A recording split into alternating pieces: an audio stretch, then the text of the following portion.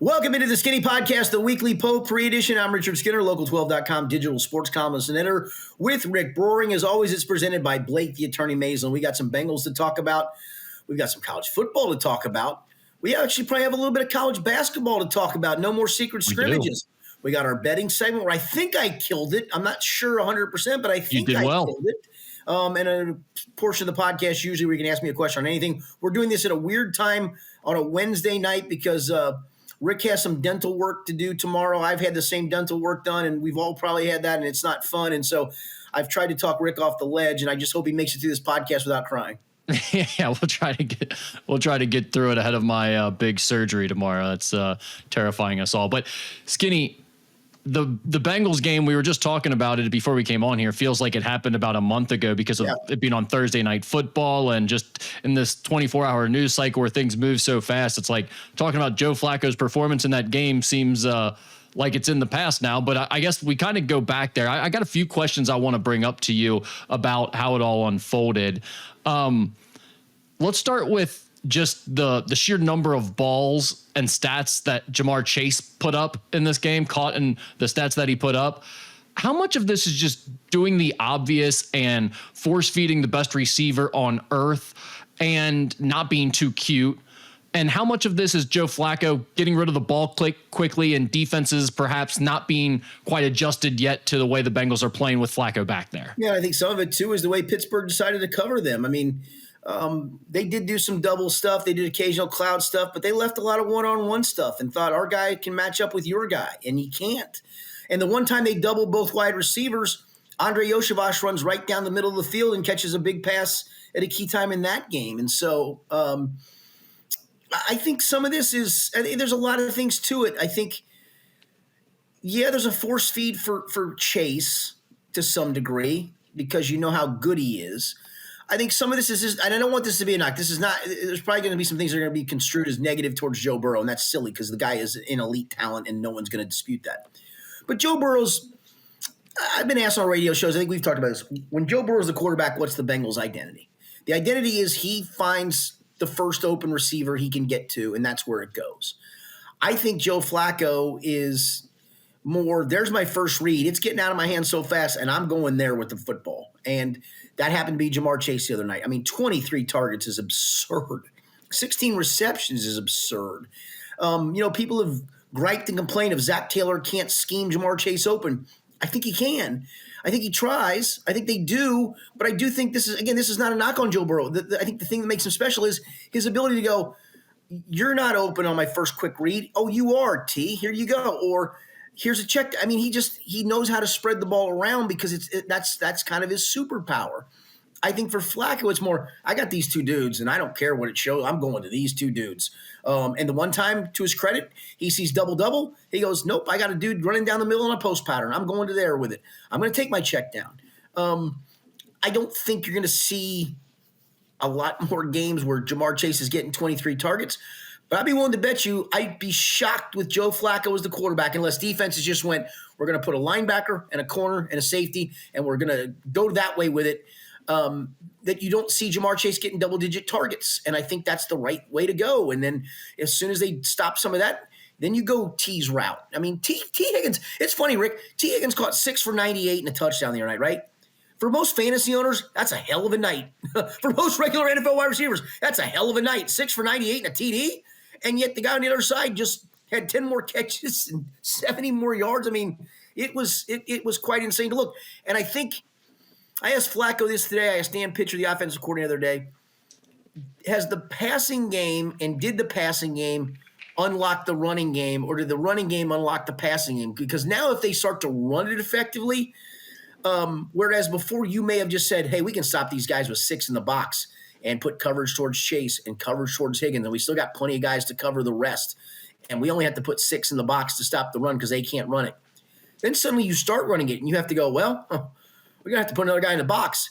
Then you're hosed. I think this unlocked a lot of stuff in a game and a half. They seem to have unlocked the entire offense for this season.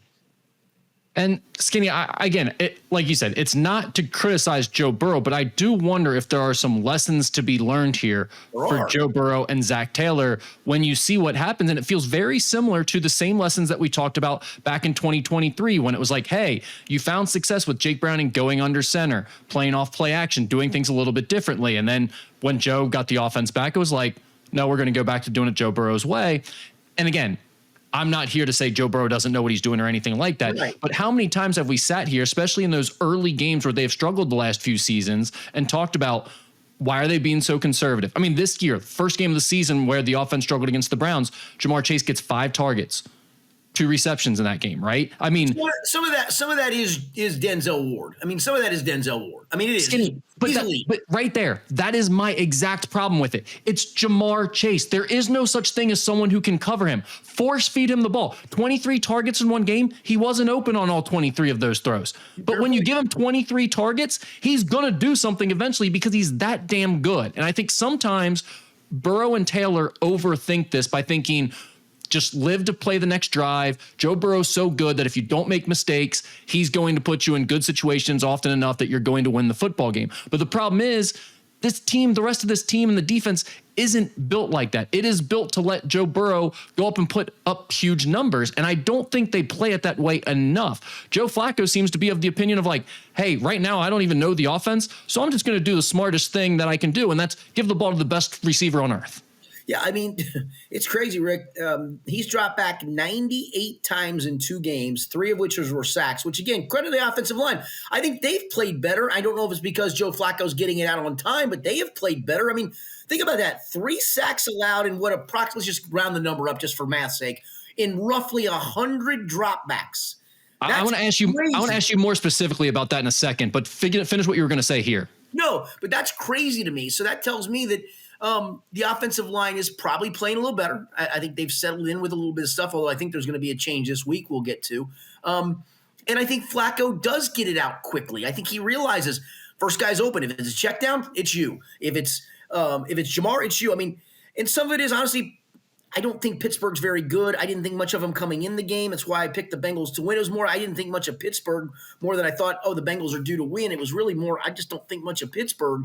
But again, back to that point, you had Jamar Chase on a bunch of open out routes, and what'd you take like 3 or 4 times in a row? Just take the open out route. It's there. Nobody's covering it. It's easy pitch and catch. And I think Joe has realized, man, I got dudes to throw to, and he's mentioned it 1,000 times. Like, these are 2 dudes. Like, if you can't throw to these 2 guys, who can you throw to? And so I think he's built up a quick rapport. Like, hey man, I just throw this around these guys. They're gonna make catches. And it's just the thing that's come crazy is it just came within 9 days. I mean, of 2 starts, it's insane. And I think it almost happened out of necessity for Flacco. Yeah. But then when you start looking at what they're doing, it's like, well, duh, this is what you should always be doing when you have Jamar Chase on the field, especially when they also have to cover a T. Higgins. It's like, yeah, force feed one of them, and then they're going to have to adjust, and then it's a pick poison situation, and the Bengals don't force teams into that situation enough. I'm sure everyone's going to say that's oversimplifying it. I'm sure they're going to say it's a game and a half, but we've seen multiple examples of this over the last few years, and it's amazing that they continue to find themselves in that situation, especially early in the season with Joe Burrow in this offense. I mean, go back to 23 when Burrow was struggling with the calf, right? And they're 1-3. I can't remember the sequence completely of games, but they started 1-3, had that ugly loss in Tennessee.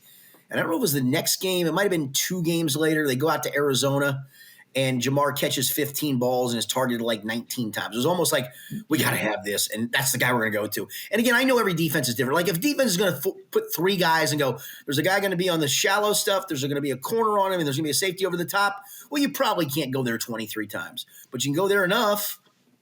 Yes. And I think that's kind of the whole point here. I don't want to belabor it anymore, but the lack of pressure on him, do you think that's teams deciding that they can't really blitz because they don't have a chance to get to him because he's just going to get rid of the ball so quickly? Or do you think that's teams saying, hey man, it's Joe Flacco back there. Eventually he's going to make a mistake. We don't have to send it. Let's keep guys in cover. What do you think? Because there's clearly a lack of pass rush compared to what Joe Burrow was facing. What do you make of that? I think some of it is the offensive line's played better for whatever reason that would be. I do think Flacco gets it out quick. I think he makes a very quick decision. I think Burrow does too, right? I mean, his elite thing is he processes quickly. But I also think Burrow's the guy that it's like, okay, not quite there, not quite there. Okay, now I'll extend. Flacco's like, I ain't extending nothing. I'm going to go Right. here. And I think some of that has helped a ton. I also think that we've probably discounted, and I know I'm in the part of this of, oh man, Joe Flacco's an old man who's struggled here, at the end of his career because he's an old man. Well, maybe he's had nobody to throw to because he really didn't in the last few places he's been. He probably did in Indy if guys were healthy, but guys weren't healthy. So I think he's finally had like two dudes to throw to. Like, man, at this stage of my career, you're giving me those two guys? Giddy up. And I think that's been a part of it too.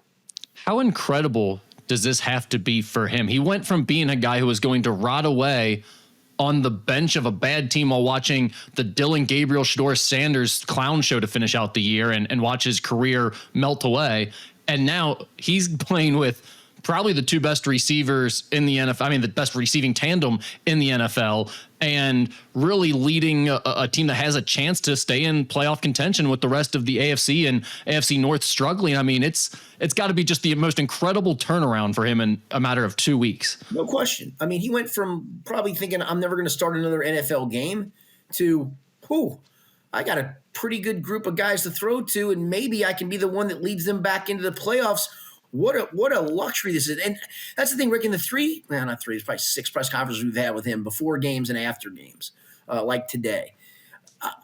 I can't tell you how much it feels like he appreciates the moment and understands I probably am not going to get this moment again. Like, even if you were to say, boy, bring Joe Flacco back as a backup. And he goes, yeah, you know what? If something happens to Burrow, I know these guys. I like these guys. I think he realizes this is like last roundup time, man, and I'm going to make the most of it. It's really – I wish people could understand it because I think we all take it for granted, especially fans. Like, yeah, he's an NFL quarterback who's played 18 years. He can come in here on a Tuesday and play on a Sunday.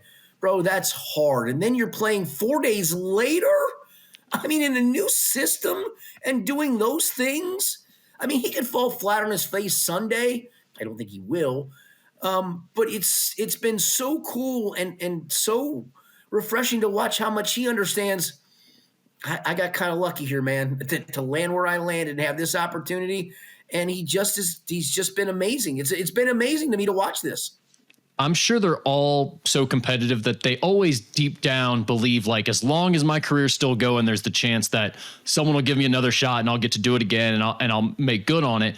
But Skinny, let's face it, at this point in his career, he's had that conversation with himself of like, okay, I'm good with just being a backup and trying to mentor and keep cashing a check so I can stick around this game a little bit longer and live this life. And in fact, he's probably had that multiple times. And you have to imagine after the Browns moved on from him a few weeks back that it was like, he definitely had that thought and it was like, okay, this might finally be it for me. It's incredible to have that thought already, be like, I'm good with never starting another game. It is what it is. My career's done. Basically, I'll ride off in the sunset to what he is now, which is on the Thursday Night Football set, talking about an incredible performance and trying to lead the Bengals back to the playoffs again and keep them in contention is just an incredible turnaround. But I want to go back to something you mentioned in last week's podcast that we did. You said that Scott Peters, the offensive line coach for the Bengals, might be getting some help already from somewhere else on staff. Is there any more that you can say about that? Because it was noted in my text messages that you bring that up on the podcast, kind of just mention it in passing, and then out of nowhere, the offensive line is playing much better last Thursday. So yeah, I don't, because nobody has spoken on that topic, and maybe just out of like sheer necessity to make sure they're not stepping on somebody's toes. But I do think there's something to that.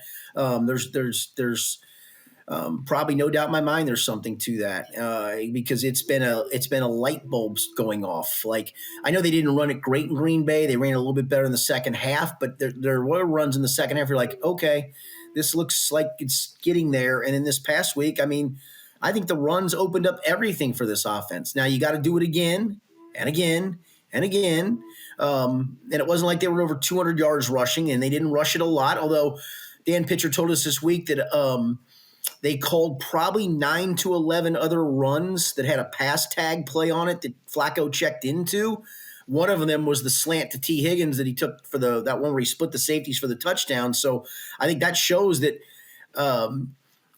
when you run it effectively and you have what looks to be a run play and is supposed to be a run play and shows the defense is probably a run play, and you check out of it to something like that, man, that run game unlocks stuff. So, yeah, I do think there's something to it, but I don't know exactly what that is. Well, I mean, everyone's ready for the other shoe to drop here in Cincinnati, right? We're all ready for the potential that they could go out, lay a stinker, and this was all for naught. And obviously we know about the defensive issues. We'll talk more about that in a second. But let's just think about this for a second. Do you think it's possible that there is still significant upside for the offense? I mean, we are talking about a guy who really hasn't had time to get a full grasp of what they're doing yet and dive deeper into this. Is there the potential that they are just scratching the surface, then actually with the way he's playing, the confidence he's already established with this group of guys, if they layer a few more things in here, that they can really give defenses some trouble the way they've looked the last week and a half? Yeah, I kind of wrote that a little bit today. This is kind of the first full normal week Joe Flacco's had. And he actually alluded to that, part of this is you do want to keep getting better and better and better. And he said, I think we can. We haven't unlocked everything. And, if the running game gives you the same juice it gave you in the Thursday night game, maybe not 2 30-yard runs, but at least, 6 and 7 and 8s and 10s and pop a 6 here and an 8 there, that, you're going to be hard to defend.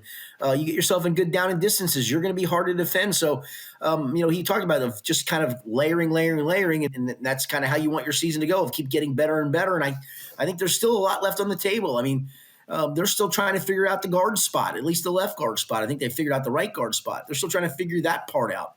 Was the running game a one-off, or was that the start of some things to come? I think this Jets game tells you a lot of those things. Look, the Jets aren't very good, but they're at least good enough defensively to where you can see, is this a one-off or is this the start of things to come? I think that's the part of this being a good test. It's a bad team, obviously, at 0-7.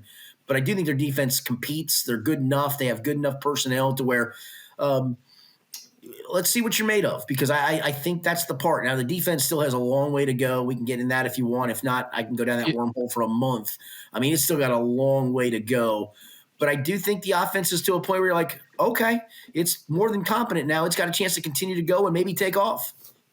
So I was at this Thursday night game, which I typically don't go to games, but it was an incredible game to be at, quite honestly. I chose a good one there. Aside from Trey Hendrickson, who didn't play in that one, the Bengals don't have serious NFL players on the defensive line. They do on the defensive line. I'm sorry, I thought you meant on the defense as a whole. Because I was going to on the defensive line, they do not have serious NFL. I mean, it was startling, Rick, to watch how bad they were. It was. I mean, they don't disengage from a block at all. They just stick to them. It's like watching basketball players who get screened. It's like Velcro. I'm going to give Shamar Stewart a pass, although if you look, they kind of took Shamar Stewart out of the mix after a while. He played early, and then they were like, we're good. He was done. Now, he had a Shamar Stewart moment, a Texas A&M moment, where he got right around Aaron Rodgers. You're like, oh, that was a good move. You're there. And then literally he's right next to him and doesn't tackle him. Yeah. Yeah. Joseph Osai has some moments in the run game that I still go, okay, you're Sam Hubbard. You're gonna do enough solid things where I think you're solid but never special. But you get no interior push. You get Miles Murphy gives you nothing. You're to the point, if you're Al Golden without Trey Hendrickson, you almost have to go, I need to blitz more. But then you're like, I need to blitz more, and I have one good corner. Well, I guess Dax Hill's a good corner, but I have one good outside corner in DJ Turner, and my safeties suck. What am I supposed? I think he's damned if he does. And it goes back to, guess who's kicking his feet up going, you thought it was me? You thought I was the friggin' problem? Sweet Lou, baby. Indeedy. I mean, and again, I don't think this is an Al Golden problem. I know people even started out, guess what the college defensive coordinator can't do?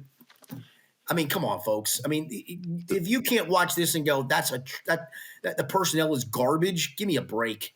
Well, I don't want to keep rehashing the same stuff, but I said it before the season, Skinny. They arguably got worse at almost every position that they needed to upgrade.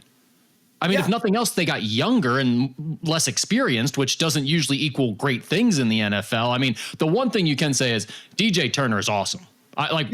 He's borderline getting to that point now. I mean, he's made some just fantastic plays. That one he had on the sideline where he pulled it away, that was one of the best defensive plays I've seen. And I'll be honest, I thought he caused the other interception because he was in phase with DK Metcalf. In fact, he was further down the field with DK on the deep ball that Jordan Battle intercepted, to the point where DK kind of gave up on the route. And because of that, because of DJ Turner's speed, and he cut him off, Jordan Battle was able to come over and make the interception. I think he was responsible for both. He leads the league in passes defensed. Passers are completing 51% of their passes against him, according to ProFootballReference.com, not Pro Football Focus, but Pro Football Reference does advanced analytics. And I think passers have a rating of 62.6 against him, which is like, that's back to the 1950s. Passers were awful 62 rating guys. That's the one positive I take away. Like, he's proven to be a guy, like, he gave up the deep ball to DK early, and Al Golden said that was on him. He put him in a bad spot coverage-wise. Okay, I think you're falling on the sword there. You got beat, and sometimes guess what happens in this league? You get beat. DK Metcalf's good. Like, it happens. DK Metcalf's good. But, boy, other than that, DK Metcalf really did nothing in that game. And he was their only real wide receiver weapon to throw to in that game.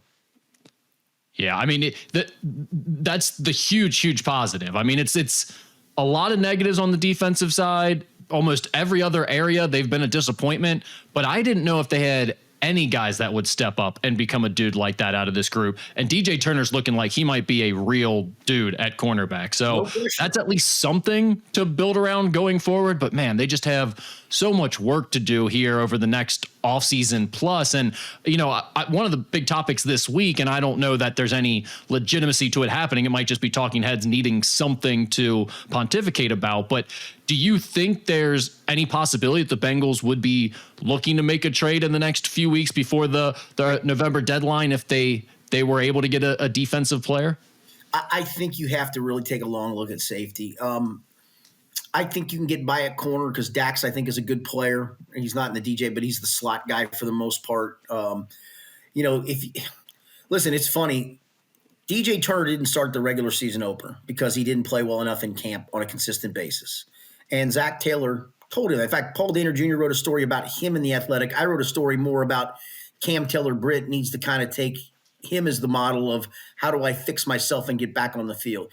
Because DJ told – and I combined both stories into kind of one. But DJ told Zach Taylor when he said, you know, you're not going to start. And he said, I'm going to get it back. Bet I'll get back on the field. And he played pretty well that day in Cleveland as a sub. Then came in and started game 2. And he's gone in 6 games to literally, I think you would agree with this, and the analytics back it up, a Pro Bowl caliber player. Not just a good player, but a Pro Bowl caliber player. If Cam Taylor-Britt can look and go, all right, his process right now is really good. Let me follow that process. They locker next to each other, Rick. Cam's a really astute guy. He's a smart guy. He's a good kid. He wants to do well. He's just fallen by the wayside. But there's a chance of redemption for him. If you got him redeemed, okay, now you're set at corner.